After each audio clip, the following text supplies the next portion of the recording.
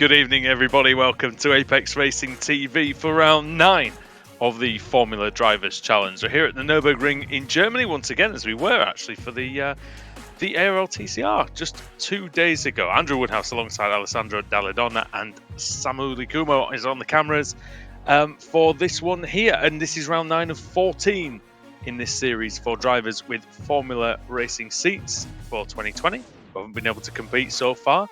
And they're here in this championship. And Alessandro, we're here at the Great Nurburgring Circuit, then the GP layout. It's one of my favourite GP layouts. It should suit these F3 cars very well. Yeah, for sure. That's what I was thinking exactly.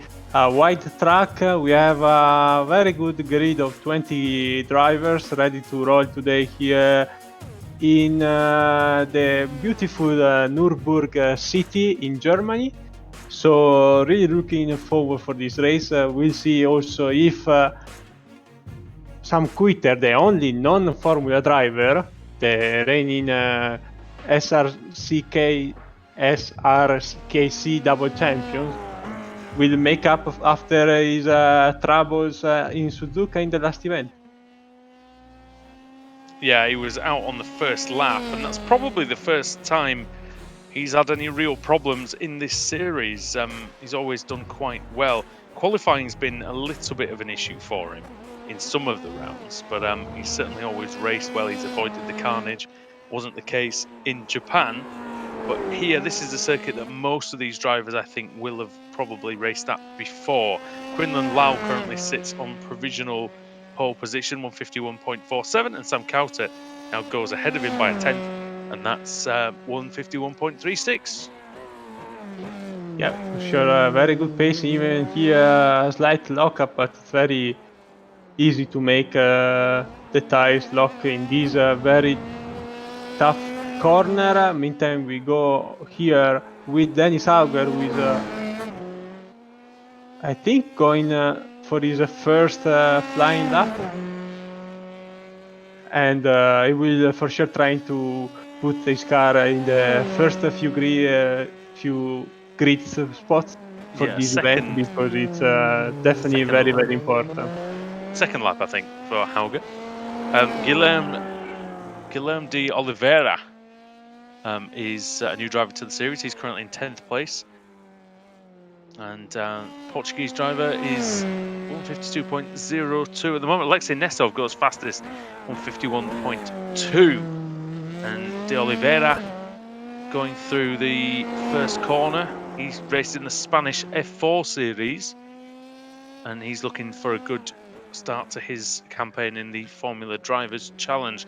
Gregoire Saucy of Switzerland goes into 4th place, and he's only 3/10 off of pole position as de Oliveira goes through the middle sector now towards the Ford curve and making his way down the hill into Alessandro. What is a tricky corner at the Dunlop curve.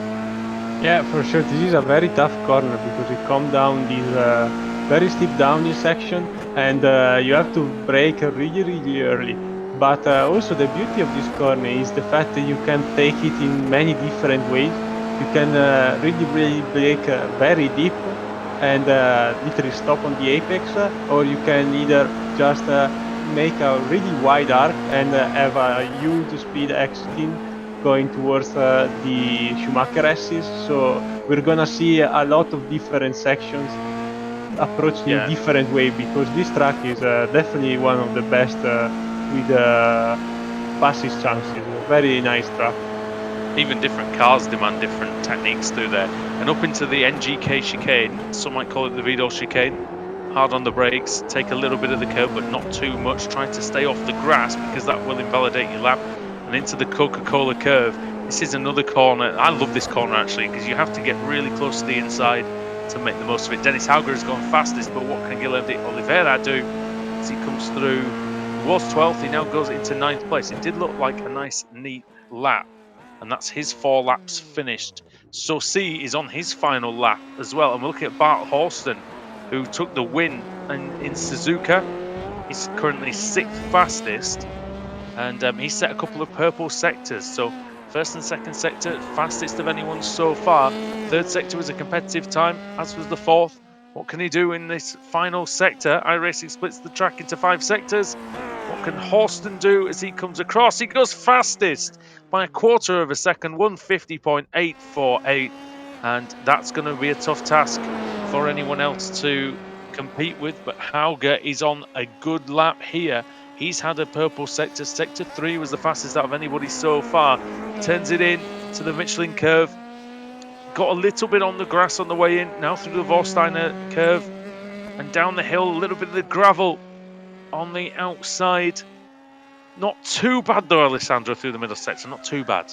Yeah, definitely. We have to keep an eye on him because he might get that last sector right and get a very important pole position now on the Coca-Cola curve and see if he's going to improve a bit sideways there in exit, Look good though. but looks very, very fast.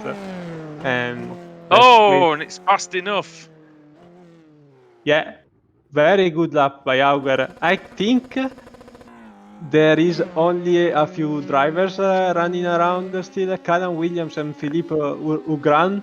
So we'll have to keep an eye on them, but I doubt they will have the pace to match Dennis Auger pace. I don't think Ugran will, but Williams has set 3 personal best sectors so in this lap so far. So what can he do in sector 5? Ugran does improve, but it's only to the last place on the grid, unfortunately for him. But here comes Callum Williams across the line, the Australian. Can he move up from 8th on the grid? He does, in fact, move up to 7th. So that is a decent lap from Williams, and he goes into P7. So very close between in that area of the grid. But Dennis Hauger, Bart Horston are like the class of the field here at the Nurburgring so far. So great performance from them. Everyone has finished their laps. Alexei Nesov did his time in 3 laps. He didn't elect to do his final lap. But yeah, great performances by Hauger and Horston. Hauger, championship leader by 59 points. And Alessandro, it was important for him to try to keep that momentum going. Yeah, for sure. It's all about keeping the momentum going, be consistent, don't make mistakes. We saw the leading drivers in the championship like Auger, Nesov, and Kuitert always trying their best to keep it clean, get in that top 5 spots, which are the position where you have to be to always get a nice point going in every event. And we saw only a few hiccups for Nesov a few rounds ago and Kuitert in Suzuka. But so far, Auger has always been very good, even though he had some issues. Remember that we have a fast repair, a spare car available for each driver, so they can easily go back to pit road and drive out to try to make even more spots. So definitely is a long championship, Andrew. We have a lot of races still to go, but every round counts. Oh yeah, I mean, you know, nothing's been decided so far in this from the Drivers' Challenge. We've still got 6 rounds to go, including this one. This is round 9 of 14, and the championship continues through. I'm just going to go and find the. Just going to go and get the calendar for everybody, just so that we know. While the last couple of minutes of qualifying are cycling through, just where we're going next. And yeah, there's some great rounds still to come, including on Monday the 18th of May, we go to Imola for round 10. Then we're at Silverstone for round 11. And the day after, the 21st, which is Thursday. Wait a minute, Monday, Tuesday, Wednesday, Thursday. It is indeed Zandvoort on the 12th. And then Sebring on the 23rd of May, and then Montreal on the 24th is the finale, and that's going to be great. Love the Circuit Gilles Villeneuve. That should be one that everyone is looking forward to. I did say Zandvoort on the 12th. I meant the 21st. It's round 12 in the at the Dutch race. So that's going to be incidentally the first race of the season that's going to take place on a Thursday. So it's just going to be an extra an extra round for us this week, coming to the conclusion, which is going to be next Sunday. We're looking forward to. Yeah, definitely we are. It has been a very nice championship. But now let's go to the grid, Andrew. Indeed, Dennis Hauger then takes the pole position, 150.778 ahead of Bart Horston. Alexei Nesov in third, ahead of Gregoire Saucy, who's improving all the time. Sam Cowter in fifth. He'll still be, I think he'll be relatively satisfied with that, but he will need to make some points on Hauger today. Victor Anderson in sixth, Callum Williams seventh, ahead of Quinlan Lal in eighth. Ninth is Simon Sykes, ahead of Kayaski. Guilherme Oliveira is in 11th place, with Josh Mason in 12th. Jose Garfias is 13th. Constantine Lapalainen is 14th. 15th for Bruno Carnero. 16th, Joey Alders. Oliver Goethe in 17th. Isaac Blomqvist in 18th. And rounding out the 19-car grid is Philip Ugran. Okay, so we're just about ready for the start here at the Nurburgring. The lights are going to come on, and when they go out, we're going to get the action here in the Formula Drivers Challenge. The lights are off and the race is on. It was a decent start by Hauger, but a better start by Horston. Kautet's already ahead of Saucy as they move down towards the hairpin, and Horston sends it into turn one on the inside. Can he overhaul Hauger? He can't. Hauger defends well, and it looks... I'm going to hold my breath on this one because it's Charlotte. Yeah, then there's a crash at the back. And that was Mason. No, not Mason, sorry. It was... and that's the Oliveira broken suspension for him. And I believe that Carnero is also possibly out. Maybe Ugran as well. Yeah, we'll have a look at the replay shortly. But now let's focus on the main field here with Oliver Goethe, the Danish driver, trying to make a pass on Joy Alders. And up front, Horston and Hauger at the Dunlop curve. Alessandro, sorry to interrupt, mate, but that was a big challenge from Bart Horston. He's going to stay in the slipstream through the Schumacher S. This is a tiny bit of dirty air affecting him a little bit, but it's not too bad in these F3 cars. If he can stay close to the Michelin curve and the Vorsteiner curve, and then he might make the move to up the hill into Vidal. Yeah, great fight also for the lead, but there are always a lot of action all throughout the field, mostly in the mid-pack, which is always very chaotic in this car. Very slow chicane here, everybody single file. We see here... missing the chicane was Lal. And the spin... crash. Kayaski. Yeah, Aski was hit. I think... and there's a big crash in the Coca-Cola curve. That's Garfias. And that is Blomqvist. Oh dear. And now he's actually driving the wrong way around the circuit to try and get into the pit lane.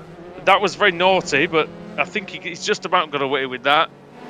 You don't condone that at all, really, and I'm not sure if he's... I hope his... my F4 team isn't watching this one. We'll be watching through the fingers. Race official will be not pleased about that. No. But let's keep an eye also on the lead of the race, because Hauger is still in contact with Orsten. Meantime, behind them, Nesov and Kuitet are trying to keep up while fighting each other. So this is going to be very interesting. And then it's going to also be interesting to have a little report about the driver who had a few hiccups in the first lap. Well, I think this is shaping up to be quite good at the front, at least. Anyway, Hauger, Horston, Nesov. We're looking at the Russian now. This is Joey Alders and Quinlan Lal. Lal actually missing the chicane seemed to trigger some of that accident. Now, obviously not his fault, he just missed the corner, but seemed to unsettle a couple of people in front of him, or just slightly behind him even, sorry. He's now going round the outside of Alders in the Vorsteiner curve, and that is a brilliant move. And we're going to see if Alders can come back into the NGK chicane. Yeah, for sure. He's going to try something, but... he is. He's on the inside. Indeed, great pass. Let's see if... he spins. They've contacted. Yeah, oh dear. That spot is always super difficult because the car is really unsettled.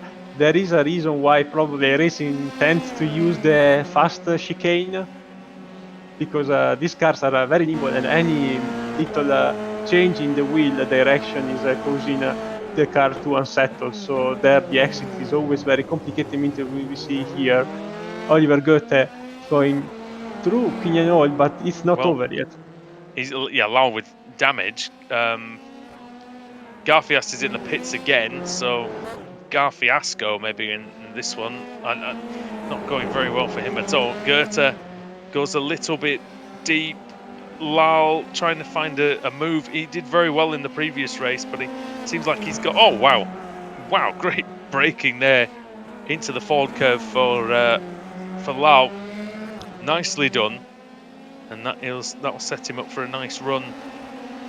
He'll try and stay ahead into the Dunlop curve. Goethe's going to fight back though. Let's see if he makes a move into the Dunlop curve. He does indeed. He keeps to the inside. That's where all the grip is, Marco Alessandro on this track. Goodness me. You always have to get used to a new Italian commentator. It was you used to have only one, now you have two. It doubled. I'm commentating with different people every day, it seems, and I'm just forgetting who's who. Oh dear, it was Dane. I called Dane something different yesterday as well. So we're not gonna, who knows? A lot of stuff going on here on Apex Sometimes Racing maybe TV. good, sometimes maybe not. Yeah, definitely. 100%. Meantime, we have a heck of a battle here between Goethe and LOL. Still fighting after one lap. It's a great battle, actually. Lars obviously got a bit more speed in the corners, but Goethe will have more speed in a straight line because he doesn't have the damage. As Hauger sets the fastest lap, then he's only 0.3 of a second ahead of Horston. And the third place battle is underway. Nesov versus Kauter. And that one is raging in the arena section. Sam Kauter going past Nesov and up into P3. Nesov fighting back though, Alessandro, going out of the arena section. Yeah, we have seen throughout this championship how drivers tend always to be very aggressive and fight from lap one to defend their positions. Kiter for sure has one thing in his mind, which is to catch the leading duo of Auger and Horston, because if he is losing still a few points, he's gonna have much work to do in the next few ones. So yeah, he's gonna try his best. Oh, Lal is off, and yeah, it's not going well for the American today. We talked to him the other day after his third place, but I feel like he's not going to be enjoying this one very much. I'd maybe come in and get that repaired if I was him, because I think he could come out still and only lose one place if he does so, and he'll be able to get the speed in his car back. But here's a good battle for 10th place, and that is Goethe ahead of Alders, ahead of Lapalainen. Oh, Nesov is spinning at the NGK chicane. He might lose out to Simon Sykes here. Let's see. Sykes, the American. The American is up the inside. He's hit the curve on the Coca-Cola curve, which does ruin his exit slightly. Here comes Anderson as well, third in the championship. Let's see here, down blocking a tiny bit, but obviously he can't go all the way to the inside. Great pass for Sykes. Oh, what a cutback from Nesov. Sorry, Mark. Sorry, Alessandro. Very nice racing. Unfortunate for Nesov. Maybe we can catch the replay later after this battle. Meantime, also Anderson is trying to go by Simon Sykes, the Swedish driver, trying to recover a few places he lost in the opening part of the race. We also have now Oliver Goethe in pit road, actually now taking his fast repair as Quinian Lol. Yeah, and it's probably the right thing to do, especially for Lal. He had a damage, and I'd say that, potentially that was a wise move. There's still 22 minutes to the race to go, so why not come in and get that repaired? There's no sense in annoying yourself driving around with a broken car. Anderson trying hard here to get past Sykes. Might have a go into the Michelin curve. No, Sykes runs a little bit wide though. If you can set him up through Vorsteiner and down the hill, and I think he can, Alessandro. This looks like a great run from. Yeah, for sure. Oh well, he would be if he's disappearing a bit, but he's got the great Um, slipstream. Will he ever go into the chicane? I think so. No. Hey, they back a little bit. Yeah, it's not a very sensible move to send it over a competitor in this chicane. Is very, very tight. Speaking So of sending it, definitely what's this? It's around the ASCII outside, ASCII, yes. and Mason. He will try to do the same We'll at see. the We'll see if chicane. this is the. I have a feeling. I don't want to be nasty to anybody. I have a feeling that this might just be a big send. You will have to try. If you don't dare, you'll never succeed. I always say, if you ain't first, you're last. So Oh, he's every changed his. position is. You've changed your tune from about 20 seconds ago when you went, "Oh yeah, it was a good decision." Yeah, let's say on my commentator part, I'm always for the safe option. But when I'm in the race car, even though I try my best, I'm always end up into some kind of accident.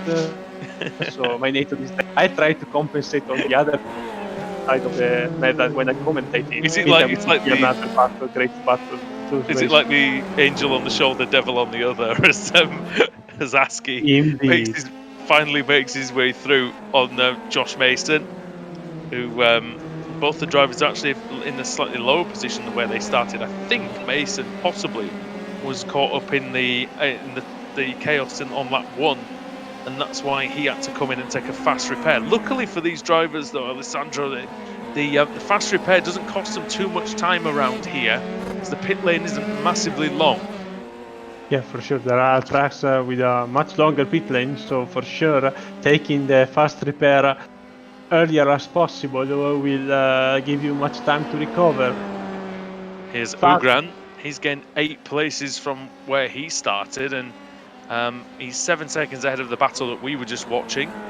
But and again, you know what? He's going about his business really. He's not doing anything spectacular out there at the moment. But you know, he's getting the points on the board, and he's actually gained. He's only done about the last three rounds or so. He's already picked up 40 points, and he's going to pick up a nice little run of points again here today, I think.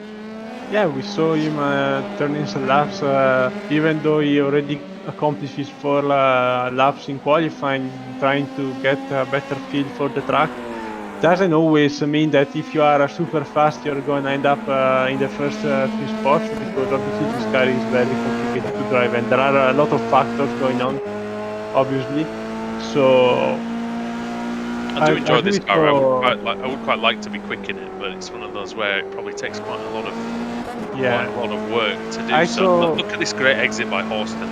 I saw in many official races, and now in all these events we are broadcasting here. Meantime, let's have a Oh, look sorry, first hold on. here. Hold on to your hats here. Tries to go to the outside, but obviously Auger with a much better lane there covers. And now we will see if the young driver from Down Under will get a run on the Norwegian F3 drive. Hauger stays to the inside. Horston thought about going round the outside, but in the end, he's just trying to set him up. I think you don't want to go for really many half moves, especially around this circuit, because you will just ruin your exit. But he looks like he's got a better line through the Coca-Cola curve. Hauger got a good exit. Horston will pick up a good slipstream here, though. I think he's going to have a chance into turn one. It might be difficult, but you can have a lunge, especially on iRacing. You can have a bit of a lunge up the inside, but he decides not to, and I think that's a wise choice at this point, given the fact I think if you're any more than a couple of tenths behind, you're not really you're not going to gain a lot from just throwing the car in there. I enjoy the arena section. I actually think it's a good part of the track. I know some people aren't massively keen on it, but I do think it's a nice technical section that this track needs. Oh yeah, for sure. Now this track's been around for nearly 35 years now. Yeah, it's an historical track, a venue we really know, or everybody knows, to be fair, in motorsport. One of the tracks we have been racing on forever in sim racing, in any kind of title, arcadish or simulation title. So also these drivers for sure have plenty of experience. Some probably have driven on this track before. Some probably just had some laps in the sim going to test maybe a real car there. So for sure, plenty of experience for everybody. But this doesn't make the track easy because it's Oh always no, very tricky. I like this track a lot. I think it's always been one of my favourites in F1 games and things like that. On moving to iRacing, I was very happy when it appeared on the service. 1984, this was built. This circuit, and the arena section was added for, I think it was 2002, um, oh 02 or oh 03. I can't remember exactly which one, but yeah, it was added in the early 2000s because this used to be, for those younger viewers and those who don't know, there used to be a chicane, for quite a like a medium speed chicane. It was a good corner, but not very good for overtaking. This revision to the track has certainly enhanced those possibilities, and it's also given us, Alessandro, over the years, some great racing in this arena section where people have been going side by side. Yeah, indeed, for sure. It seems like German tracks have all this kind of arena style, which was definitely introduced much before the arenas we have been seeing in, for example, Mexico.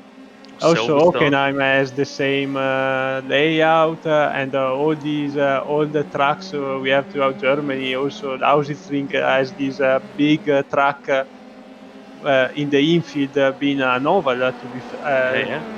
So this is Oschersleben got a like some slow corners like that as well. Oh yeah, for sure. Oschersleben is well known for the first few corners, Oh which dear, were John Cleland's treacherous. favourite corners. If you know of the bit that I refer to.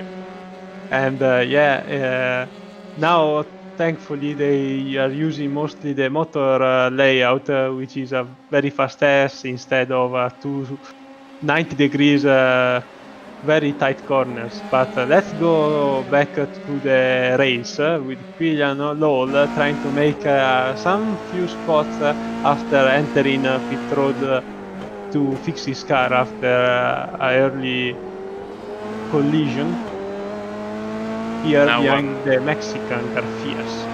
yeah, Garfias, he never seems to take the same line twice in any corner when I've been watching him the last few days. But I tell you what, he gives it absolutely everything out there, and credit to him. But he hasn't helped him so much in this one. Quinlan Lau looks like he has got him in his sights now. I think, Alessandro, this is going to be another one of those moves, guys, who tries to get the run. I'm actually quite surprised there haven't been more moves into turn one in this race. Yeah, for sure. The turn one usually is very close, so he's gonna try to get a very good exit and send it in turn one.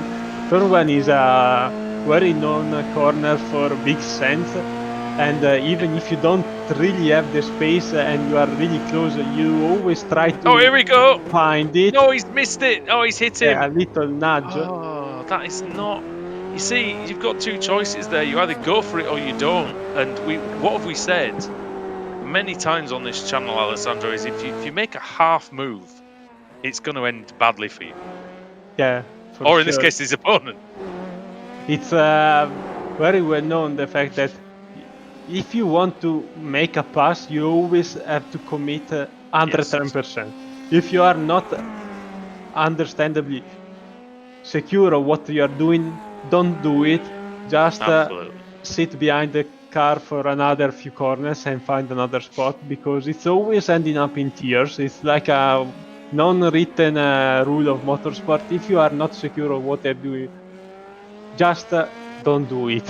Yeah, Meantime, Auger is scoring another super fast lap. if he that's it. If he'd have tried it and failed, fair enough. But he kind of thought about it and then went, "Oh no, I don't really want to do it." But by that time, like he was always going to crash into Garfias. So yeah, he'll learn from that though. He'll do better next time, Oh I'm yeah, for sure. sure.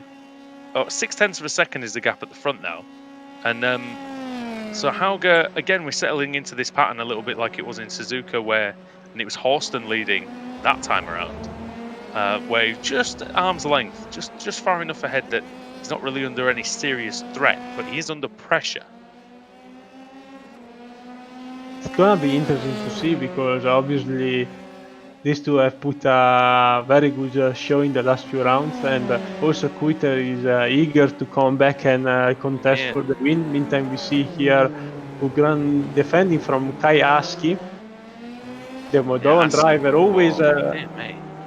trying to mind his business, has been very clean in the last few races we saw him participating in, and is now trying to defend, and He's defending Aski well, to be now fair. had a Um, very good exit there.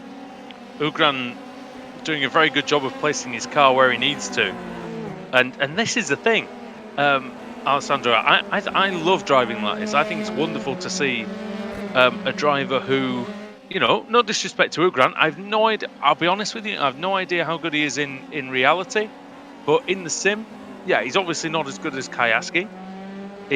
Not as fast, but he has driven a beautiful defensive lap. Perfect. He's defended hard, but not to the point where he compromises himself too much. And I think that's very, very good. Very, very admirable driving. And once again, look, placing his car perfectly. And this is the kind of thing that if any race teams sort of are watching this kind of thing, this will give them probably more value than any sort of fastest lap or anything like that, because it's proven he can race wheel to wheel. And speaking of wheel to wheel, this is a battle for fourth place. Yeah, great fight between Sosi and Callum Williams for P4, still side by side at the exit of the arena. Good exit by Saucy. Let's see who is gonna get first at the entrance of the left-hander, and Sosi sticks it and It's nice work, that. stays on P4. Yeah, let's say that this track is very wide, but car placement in any track is key. I found myself being very good in this.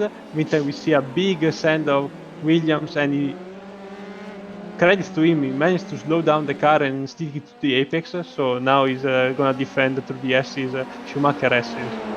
I don't know if Ugran and Aski might have had an issue. Well, we might have to just check that in a minute. But Saucy tries again on Williams after he made the pass already. Williams got back through, and Nesov is still only a second behind. So if they trip over each other or if they hold each other up to any great degree, the Russian is going to be there. He's going to be feeding off the scraps. And Saucy, having a look into the NGK, and he decides not to bother that time. Yeah, you always have I to do, try. I do like this track as well, Alessandro, for one reason, the fact that it still has corner names, and they don't really ever go by the numbers. They usually call it by the corner name, and I Yeah, always for like tracks sure. like that. You know, It, you think of Imola, you think of Tambirello, Piratella, Dosa, Rivazza, all those beautiful corners, and then other places it's like turn 1 or turn 7A, and it's really boring. oh yeah, for sure. These historic tracks will always be remembered for the corner names, not from that corner number, for sure. It's Like something we don't Silverstone, have really Hockenheim. on these new modern era tracks we get. So this is I something suppose though, maybe we should keep in mind when we are building tracks, or they are who is supposed to build tracks I should suppose keep an eye on. in fairness, I guess some of these newer circuits tend to gain corner names over time. As it's not the case, whereas back in the day, the tracks already had the corner names, but now they tend to gain them later. I think it was, um, like you'll see a corner. What do they call it now? Is it the corner with no name in Spa? Didn't they call that the? They call that I the Not Lauda really curve or good. something, or I can't Yeah, remember. maybe. But I don't remember right, but yeah, there are some corners which keep changing name over and over, especially in Spa. I remember when I've been there for the 24 hour a few years ago. And I think from that time I already changed the name of the corner we were sitting and we camped for the night. So yeah, it's definitely interesting. Interest as these battles developing still for P4, 5, and 6 with Nesov trying to catch SOC and Williams. Meantime, Ugran and Garfias are back into the pits. So I guess this is another few drivers. Ugran, I think he has still a fast repair, so he might come out. Indeed, he's here he coming out comes. now. Garcia tried to fix the car and he's coming out too. So I the I only repairman wonder, is the Carneiro at the moment. like I say, I wonder if any if Ugran and ASCII did have an issue. I don't know if they did or they didn't, but they yeah, they both sort of it was coincidental that they were battling at the time that Ugran ended up having to go into the pits. But who knows? Who knows? Isaac Blomqvist is in 15th place. He's not really gaining any. Well, he's gaining a bit of ground actually on the drivers in front. We're looking at Joey Alders and Simon. In fact, there's a 10th in the lead. There's a 10th in the lead battle. Just noticed that there. Hauger defending hard now from Horston. And this is the Australian's chance. Surely, Alessandro, he's got an opportunity into the chicane this time. Yeah, for sure, because we won't have many because we are almost 4 minutes to the end. So he will have to take his Oh, chances now. Very close there to the rear, but obviously going through the outside wow. here is not a. Oh, he's lost Ooh, it. Oh, great save by Austin. that was a tremendous save. I think, Now they also yeah, have Blomqvist down front. Hopefully, will give them plenty of space and don't disturb both drivers. Something probably Kuiter is hoping for. that was a save worthy of the great German goalkeeper Oliver Kahn, I think, on that one, as he came through that final corner, all kinds of sideways, and Hauger just can breathe for a second or two. They do have some traffic, as you mentioned. This battle's going to be great. I'm loving it. It's a great battle already. It's gone, and this is how this series has been so far. Really, that some of the racing in the first few laps has been quite messy, but we always seem to get a good fight near the front. Yeah, indeed. Every race we always had a big fight trying to get the win, and I bet we will have a heck of a battle till the last few corners of the race, also between Auger and Orsten, which they know each other very well from this sim championship because they have always been at the front. I think Orsten has been developing as a sim racer throughout the championship because at the start of the championship wasn't that fast. Now he's competing with Augen, which is who has been definitely one of the best with a quitter and consistent drivers from day Oh yeah. one. Speaking of Sam Carter, he's in third place, 2.6 behind this group. There he is. So it is possible that he could get involved if these two have a battle, and I think they're going to have a battle now. So around the Coca-Cola curve then I think, yeah, they're going to get 2 more laps. So it's 2 laps to decide round 9 of the Formula Drivers Challenge here at the Nurburgring, live on Apex Racing TV. Andrew Woodhouse, Alessandro Dalladone, and Sam Kumo bringing you all the action from this Formula 3 race. And Hauger loses the rear coming out of turn 1. That gives Horston an opportunity, but he can't capitalise quite on that part of the track. This track obviously gives you plenty of chances, but here in the arena, either you are side by side exiting turn one, or it's a major mistake by the car in front giving you the chance to go by. Obviously, Horston now is gonna try to get even closer, and I think he's gonna take his chance at the chicane because it's demanding a lot of effort and a lot of luck and bravery to get something going in this fast section. Yeah, I completely agree. I think it's going to be the bravest man who wins here. Hauger versus Horsten.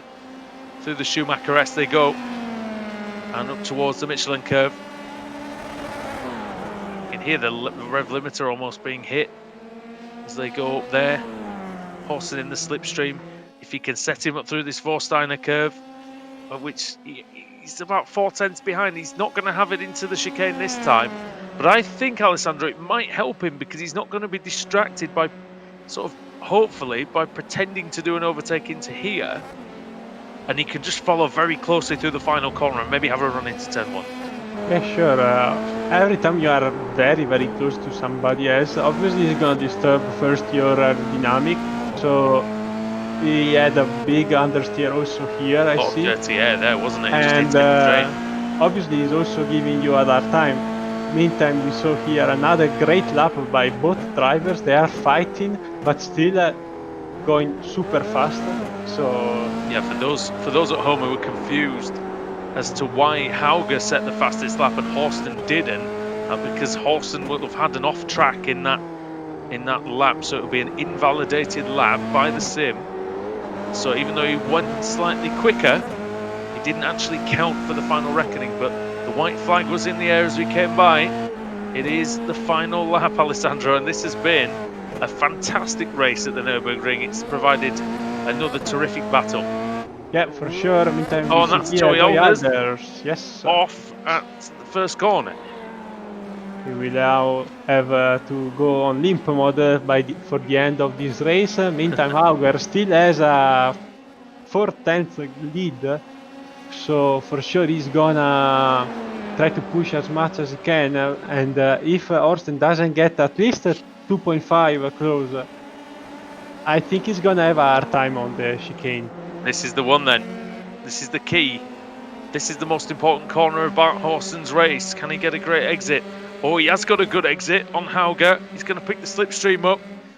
He might be too far back into the chicane, but he might be able to just... I don't know if he can get a great run through the corner. Hauger even thinks about defending the inside, and that might have actually compromised him slightly, but he is ahead still into the Coca-Cola curve. Can Horsten do anything about him? He wiggles the car as the car tries to break away from him, but through the final corner he comes. Dennis Hauger is going to win round 9 on the Formula Drivers' Challenge ahead of Bart Horsten. Sam Coutert coming through in 3rd place to just about hang on. He can get the switchback. No, Callum Williams gonna take P4. Yes, by a very tiny margin. Great race between the two. They have been fighting for all race long. Meantime, Nesov and Anderson also get to the start-finish line and in the race. Meantime, you see here Donut City in turn 1. Yeah, very good indeed. And somehow they've managed to not hit each other, which is even more impressive, to be honest. Yeah, look at that. Great pictures to finish. Driver to finish the race. We have... For those with motion sickness sensitivity or whatever it is at home, there you go. That's our present to you for the day. As, still a couple of drivers still out there. Quinlan Lowes is coming across. Oliver Goethe is coming across as well. He's going to finish in 13th place. Anyway, Andrew, definitely a very, very entertaining race. We had a few issues in lap 1, but always an improvement from last race, definitely. And the fights we had from the lead to the mid-pack with Sosi and Callum Williams fighting each other for the complete race, and also people trying to come back from early mistakes. For sure, we had a very good race flown away. Oh, I really enjoyed that one, and yeah, I think that the drivers definitely put on a show at the front of the field, that's for sure. And a bit of madness thrown in. It's kind of what you want in these short half-an-hour races. So Dennis Hauger takes the win then by just over 0.3 of a second from Bart Horsten. Sam Coutert in 3rd, just hanging on in this championship fight. Callum Williams is 4th. Good performance by the Australian ahead of Gregoire Saucy in 5th. He's turning into a very consistent performer in this championship. Alexei Nesov is 6th, Victor Anderson 7th. He'll try and He might be able to hang on to third in the championship with that. Simon Sykes in 8th, Joey Alders 9th, Constable Apolainen 10th, and Kai Aski was 11th. Quinlan Lau 12th, Oliver Goethe in 13th, and then the drivers one lap down or more. Josh Mason, Isaac Blomqvist, Jose Garfias, Guilherme de Oliveira, and Philip Ugran finished in 18th place. Bruno Carneiro only did 2 laps, and he'll be disappointed with his retirement in 19th place. So we haven't got too much time left, but we're going to give it a minute or so and just see if anybody wants to come in and speak to us. That would be great if any drivers do want to come in here. Dennis Hauger, perfect. So Dennis Hauger joins us in the commentary box. Can you hear us, Dennis? Yeah, I can hear you. Great victory, terrific battle with Bart Horston yet again. It was the reverse of the battle at Suzuka, and this time you managed to come out on top. You must be really happy. Yeah, for sure. It was a good race. I had some small mistakes, but not too big, and yeah, it was a close one. But I managed to keep him behind. I knew Sam was quite close behind, and if we did too much battling, he would close up. So yeah, I tried to get a gap, but yeah, overall really happy with the race. Have you had much experience of driving this circuit before, either on the sim or in the real world? I've driven there once but it was the shorter version in F4. The one with the little right-hander in the middle of the lap. Yeah, exactly. So a few corners are quite different, and Mullenbach, I think it's called Mullenbach. Yeah, something like that. Yeah. So some corners I know quite well. So it was a good race to win on. Did you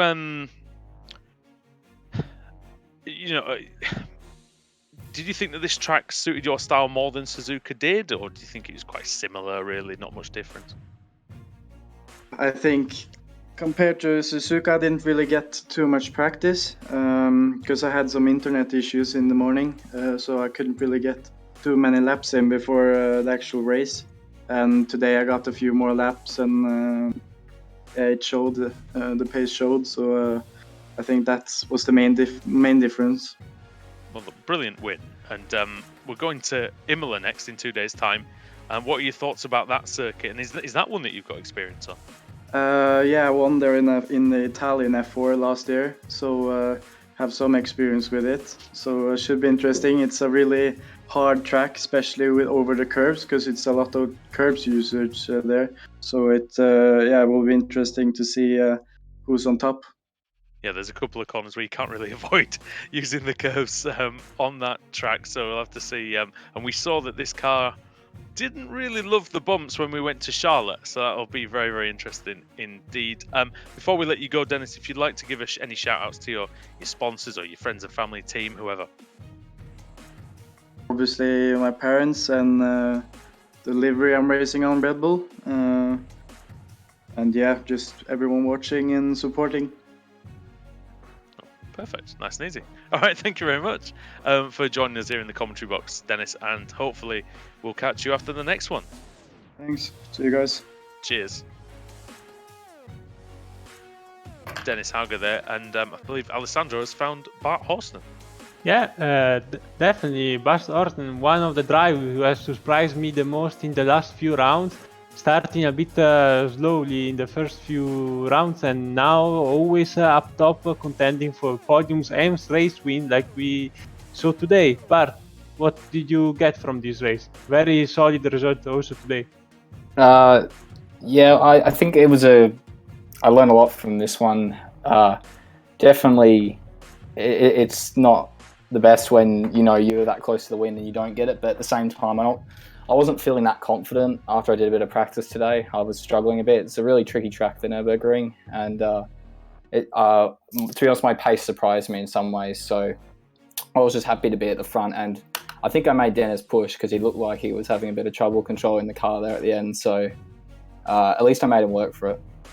Yeah, for sure. We saw you battling really hard and trying your best to find a sweet spot to go by him, but this is a very tough track, and also passing has shown to be very, very difficult when you are so evenly matched. Yeah, I think the toe is really strong at this track, especially up the hill after I threw the Schumacher S. But Dennis was really, really strong at the left-right before the back straight, so it always made having a run at him meant that chicane hard, and you can't really go around the outside there. So yeah, I think maybe I had an opportunity at turn 1, but it's so tight and it's so steep on that apex. It was tricky, but Dennis did a really good job. He made barely any mistakes and always defended in the right places. Yeah. Imola is next. What do you think about that track? You're gonna see plenty of elevation changes there too. I haven't done a huge amount of it, but I honestly don't know how I'm going to do. I think is that Monday? Yes. I Should think be, I'm yeah. busy that night, unfortunately, so I'll be missing that round. A pity you're gonna not be there in my home track, Imola, but we'll be looking forward to see you back on Wednesday, I think, for the round after Imola. Anybody you want to thank before we let you go, Bart? Yeah, I'd just like to give a big thanks to Craig Muirhead from Camino Coaching, as well as one of my partners, Next Level Motorsport. Well, thank you very much, Bart. Thanks for the great show you put up today, and have a nice day. Thanks, guys. All right, Bart Horston there, and always good to get the opinion of the person who finishes second, because of course came so close and yet so far, as he said. You could tell though, Alessandro, that he was probably, these two are very evenly matched. They've got very similar pace. You could see that maybe the dirty air was one of the issues for him. Yeah, probably. But I think we have the last guest for today, Andrew. Andrew Yeah, we is with do. Sam Kuitert. Yeah, hi Yeah. Sam. Welcome back to the commentary box, mate. It's been a few days, because Suzuka obviously didn't go very well at all, but today looked like a solid race from you. You started in 5th and worked your way up nicely. Yeah, Suzuka just wasn't it. The races before that, my quali just don't work with the 4 laps. The tires, I don't get it on temperature on time or something, so I'm just losing a lot of time there, I think, because in the race my pace is just in front, but every time I got a gap that I need to close. Again today, but the guys in front, I didn't have any practice, so the practice was only that 15 minutes. So yeah, the guys in front were consistently like 2 to 3 tenths quicker, so it was pretty hard to keep up with them. Yeah, I think practice was at a premium for quite a lot of the field today as well, and it's one of the things about when the races are so regular. I suppose there's some days you can and some days you can't. But talk about the circuit then. What is it? Do you like this circuit, and what do you like about it? Well, I like the circuit, but not the first sector. The first sector, especially turn 4, the car is just getting so twitchy over there on the rear. Yeah, and off track is just pretty hard to not take it, because you want to go wide there and just have a good exit, but if you go too wide, you get too many exits, also in turn 2. So, well, it's not my favorite circuit, but after sector 1, I love the flow of the circuit. Just go through the Schumi S, of course, and yeah, that I love. But first sector, you can get it out for me. I don't know about you, but with that turn 4, I always feel like I either go too fast through there or too slow. I never feel like I quite get it Yeah. right ever. It's like Exactly you want the same, man. Yeah, because you want to take as much of the curb as you can. But then you get off track. Yeah, you get an off track. You end up going you get a bad exit, and it's a mess. I do like the arena section, but yeah, it can be frustrating if the handling isn't quite there, or if your own driving isn't there. Mostly in my case, I think more than yours.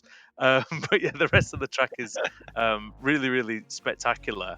Yeah, man. We saw you had a good battle with Nesov. Made a good move on him. Talk us through that. Yeah, was in the beginning of the race already, of course.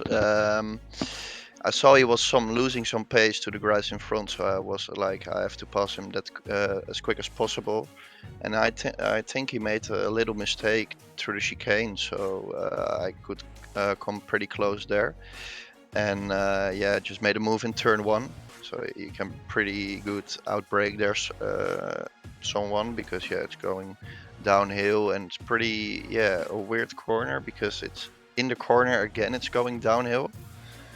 So yeah, I made my move there and tried to stick with Bart and Dennis, but yeah, they just pulled away.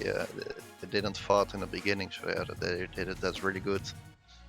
On to Imola next in 2 days' time, and is that somewhere that you're confident about? And do you have any experience of the track? Yeah, I love Imola. I really love Imola. So also the flow of the track, then especially the first sector, I love about it. So yeah, we'll see what we can do there. I think we might just be seeing your overtake on the screen. I'm just going to wait a few seconds and just see if it actually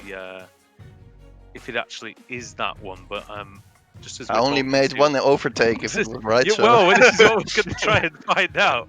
Yeah, we'll just see. Well, going up the inside into turn 1. There you go. It's funny actually what people remember about the races and what they don't, because I remember you saying, you made a mistake at the chicane. It didn't look like you made much of a mistake, but I think it was combined with the fact that you must have taken it well. He must have taken it slightly badly, and it just gave you the run, didn't it, through the Oh down the yeah, main yeah. straight? It's pretty the chicane, especially the second corner then of the chicane, the right-hander. Yeah, in the circuits are little bumps, and yeah, it's pretty tricky to get a good exit there and not spin the car on the rear again. So when you nail that, yeah, you can have a pretty good run on the head straight. Why is it, do you think, just while we've got you, why do you think it is that we didn't see that many moves into turn 1 today? I don't know. Maybe because of the last turn, you need some good downforce to keep up. So I think people are trying different lines there than other guys. Because if you go wide there, you can also get an off track. Oh yeah. Well, and I think because of that, the gap after that corner, if you are 3/10, it's pretty good to get a good run. But if you're like 4/10 high, it's tricky, because if he just turns in and in turn 1 and you come in late, yeah, you're both out. So. Yeah, we did see 1 or 2 failed overtakes in turn 1 as well, which you might be able to see on the broadcast later on. But yeah, Sam, thanks very much for joining us as usual. If you want to give your shout outs and things like that before you go. Yeah, just my esport team and Allied Esports Racing, of course. Yeah, going great at the moment. So looking forward to the rest of the season. Only 5 races left, I thought. So I just pretty much fucked it a bit up in Japan. So let's see what we can do the next 5 races to catch Dennis. And do you have any idea about when your real world season is going to begin yet? No, I have no idea. All right, well, we wish you the best of luck for that anyway, but hopefully before that, we're going to see you in the commentary box a few more times before next week. Yeah, I would join you guys, that's no problem. All right, thanks very much, mate. Have a good one. Have a nice evening, boys. Bye-bye. See you later. Same to you. Sam Cowtett there, Alessandro, and always a pleasure to talk to him. He's a very, very nice chap, and very, very quick driver by the looks of what he's done in this series. Oh yeah, for sure. And we are used to see these guys so often now that our interviews seem more like a little chat in front of a nice cup of tea in our cozy living room. Hey, mate, this is our. Oh, I'm just saying those two hit each other at the chicane as well. That was on the stream as well, which I didn't see. So that's what happened to. That's what happened to Nessov, is he actually got into the back of Cowtett, and Cowtett I don't think even noticed based on his interview. So there you go. Yeah, well, to be fair, Alessandro, with everything outside being closed, this is our version of the pub, isn't it? It's just our version of the pub. It's streamed to the world on the internet. So there you go. Right. Well, everybody, thank you very much for watching. We have it's been a pleasure bringing you the Formula Drivers Challenge here on Apex Racing TV. Round 10 will be in 2 days' time at Imola in Italy, so join us then for that one. But for now, from Andrew Woodhouse, from Alessandro Dalladonna, and from Sam Kumo, it's good night from Apex Racing TV, and we'll see you guys in the next one.